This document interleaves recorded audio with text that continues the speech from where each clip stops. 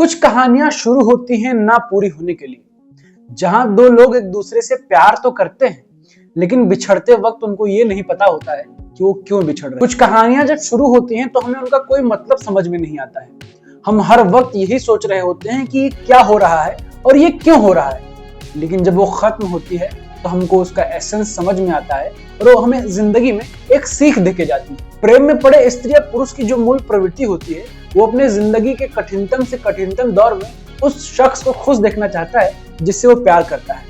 अब इसके लिए चाहे उसको अपनी जिंदगी की बची कुची खुशियां भी कुर्बानी देनी पड़े। रेनकोट फिल्म प्रसिद्ध अंग्रेजी कथाकार ओ हेनरी की लघु कथा अ गिफ्ट ऑफ अ मागी पे बेस्ड। आज के समय में बॉलीवुड की फिल्मों का एक ऐसा दौर चल रहा है जहां पे एक से एक घटिया फिल्में आई जा रही हैं, चाहे वो थिएटर हो चाहे वो ओटीटी हो। लेकिन आपको इस फिल्म को देखकर ये समझ में आएगा कि फिल्मों की या कहानियों की एडाप्टेशन कैसे करते हैं, चाहे वो जिस भाषा की कहानी हो उसको अपनी भाषा में एडाप्ट करके उसको किस तरीके से स्क्रीन पर प्रेजेंट करना चाहिए। शायद आज के फिल्म मेकरों को ऋतुपर्णो घोष से सीखना चाहिए, जो कि रेनकोट फिल्म के director. Raincoat film a gift of a Maggi का एडाप्टेशन होने के बावजूद भी मूल कथा से बहुत ही अलग तरीके की कहानी है। जहां गिफ्ट ऑफ अ मैगी जो शॉर्ट स्टोरी है वो एक पति और पत्नी की कहानी कहती है, वहीं जब वो भारतीय भाषा में या कहीं हिंदी भाषा में एडॉप्ट होती है तो अपनी देश काल परिस्थिति का बयान करती है और एक नई तरीके की कहानी कहने का प्रयास करती है। इस फिल्म में अजय देवगन का जो कैरेक्टर है, जिसका नाम मनोज त्रिपाठी या मन्नू है, वो अपने दोस्त के यहाँ शहर में या कहें कलकत्ता में नौकरी सीख करने के लिए जाता है, लेकिन उसी शहर में उसकी पुरानी प्रेमिका ब्याही हुई है जिसका नाम ऐश्वर्या राय है। नहीं, ऐश्वर्या राय नहीं है, जिसका नाम नीरू या नीरजा है। भाई अपनी जिंदगी के कठिनतम से कठिनतम हालात से होकर गुजर रहे हैं और एक एक पैसे के लिए तरस रहे हैं। और मैं आपको बता दूं कि रेनकोट फिल्म में जो अजय देवगन की परफॉर्मेंस है और इस फिल्म में जो डिटेलिंग की गई है, जब अजय देवगन का कैरेक्टर दाढ़ी बना रहा होता है तो लाइट नहीं जलाता है, क्योंकि वो अपने दोस्त के घर आया हुआ है और वो नहीं चाहता है कि किसी पे ऑलरेडी बर्डन है तो लाइट जला के या गर्म पानी से नहाकर उसके बिजली का बिल बढ़ाए या उसके बर्डन को और बढ़ाए। और ये सारी चीजें इतनी डिटेलिंग के साथ इस फिल्म में दिखाई गई हैं कि अगर आप नोटिस नहीं करेंगे तो आपकी नजरों के सामने है, लेकिन आपसे यूं निकल जाएंगे। सोचो साइकोलॉजिकली एक ऐसी स्थिति से गुजर रहा है कि अपने दोस्त के घर पे टिका हुआ है, लेकिन वो गर्म पानी से नहीं नहा रहा है, ठंडे पानी से नहा रहा है और अपनी दोस्त की बीवी से कह रहा है कि भाभी यार मुझे तो ठंडे पानी से नहाना ही पसंद है, और वो दाढ़ी बनाते हुए लाइट भी नहीं जला रहा है। ये सारी चीजें इतनी अच्छे तरीके से, और अजय देवगन की जो परफॉर्मेंस है, पहले 15-20 मिनट में उनके चेहरे पर जो डिप्रेशन है नौकरी न मिलने के कारण, बेरोजगारी का, वो सारी चीजें दिखाई देती हैं। और मैं बता रहा हूँ आज की फिल्मों में ये सारी चीजें मिसिंग। दोस्तों ये फिल्म मात्र 17 दिन में शूट कर ली गई थी और जिस फिल्म से बंगाली लोगों का नाम यार मतलब एसोसिएट होता है, वो फिल्म ऑटोमेटिक मास्टरपीस हो जाती है। मतलब नॉट नेसेसरली, बट आप लोग समझे ना कि बंगाली लोग भाई आर्ट के प्रति बहुत समर्पित होते हैं। इस फिल्म का एक गाना है मथुरा नगरपति काहे को गोकुल जाओ।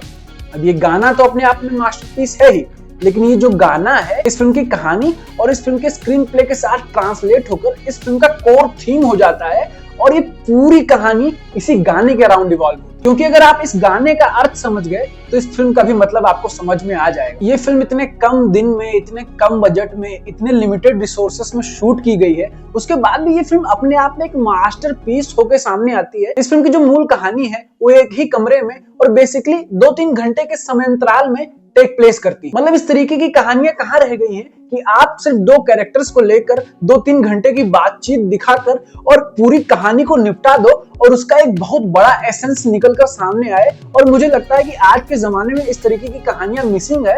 और मतलब मैं इस फिल्म को देखता हूं तो बहुत मिस करता हूं बॉलीवुड के उस समय को, जब इस तरीके की कहानियां, इस तरीके के रिस्क लिए जा रहे थे और एक क्रिएटिव फ्रीडम होती थी आर्टिस्ट के पास, वो किसी भी तरीके का रिस्क लेने को तैयार होते थे। लेकिन मुझे लगता है कि आज के जमाने में जो कमर्शियल सिनेमा इवॉल्व हुआ है उससे प्रोड्यूसर्स और फिल्म मेकर्स पे बहुत ज्यादा प्रेशर रहता है कि वो उस तरीके का सिनेमा बनाते हुए बहुत डरते हैं। इस फिल्म में अजय देवगन और ऐश्वर्या राय की जो परफॉर्मेंस है, मैं बता दूं इतनी जबरदस्त है और इतनी नेचुरल है। उन दोनों की ट्यूनिंग इतनी अच्छी है कि आप देखेंगे तो आप दोनों के फैन एक बार दोबारा हो जाएंगे। और मैं आपको बता दूं कि अगर आपने ये फिल्म अब तक नहीं देखी है तो आपको जरूर देखनी चाहिए। मैं इस फिल्म का कोई रिव्यू नहीं दे रहा हूं, बस मैं इतना चाहता हूं कि 100-200 लोग भी अगर ये वीडियो देख रहे हैं तो अगर आप सिनेमा के शौकीन हैं तो आपको ये फिल्म जाके जरूर देखनी चाहिए, जो कि YouTube पे फ्री में भी आपको मिल जाएगी। इस फिल्म की सिनेमेटोग्राफी अविक मुखोपाध्याय ने दी है और इस फिल्म का म्यूजिक देवा ज्योति मिश्रा ने दिया है।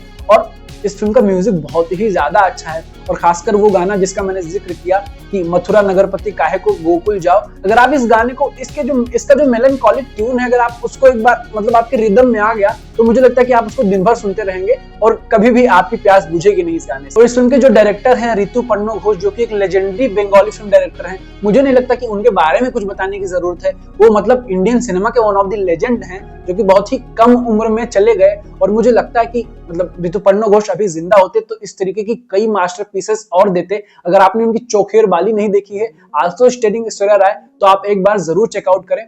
और अगर आप ये वीडियो देख रहे हैं तो भाई आपको एक बार ये फिल्म जरूर देखनी चाहिए। इस फिल्म के कुछ निगेटिव्स ये हैं, हालांकि इस फिल्म में कोई निगेटिव नहीं है, लेकिन इनिशियली ये फिल्म आपको बोरिंग लग सकती है। बोरिंग इन द सेंस कि आप जब उस कहानी में डाइव नहीं कर रहे हैं जब तक, और उस कहानी के बारे में आपको नहीं पता, दोनों के रिलेशन नहीं पता है ऐश्वर्या राय और अजय देवगन के, तब तक आपको शायद इंटरेस्ट ना आए। लेकिन अल्टीमेटली जब उस कहानी की परतें खुलती हैं उनकी कन्वर्सेशन के दौरान और उसी को आपको सुनना है, तब आपको लगेगा कि हाँ यार, ये वाकई में बहुत ही ज्यादा अच्छी कहानी है। इस फिल्म का जो दूसरा निगेटिव है, जिसको मैं उतना भी निगेटिव नहीं कहना चाहूंगा क्योंकि वो एक टेक्निकल बात हो जाती है, वो जो कट्स के दौरान ब्लैक फेड आउट है, जब स्क्रीन पूरी ब्लैक हो जाती है तो वो थोड़ा सा एब्रप्ट लगता है, लेकिन मतलब उन सब चीजों का कोई खास मतलब नहीं है। ये फिल्म टेक्निकली भी बहुत ब्रिलियंट है और मात्र 17 दिनों में फिल्म शूट हुई है और ये अपने समय की और आज के जमाने की एक मास्टरपीस फिल्म है। अगर अभी तक आपने ये फिल्म नहीं देखी हो तो मुझे लगता है कि ये फिल्म आपको जरूर देखनी चाहिए।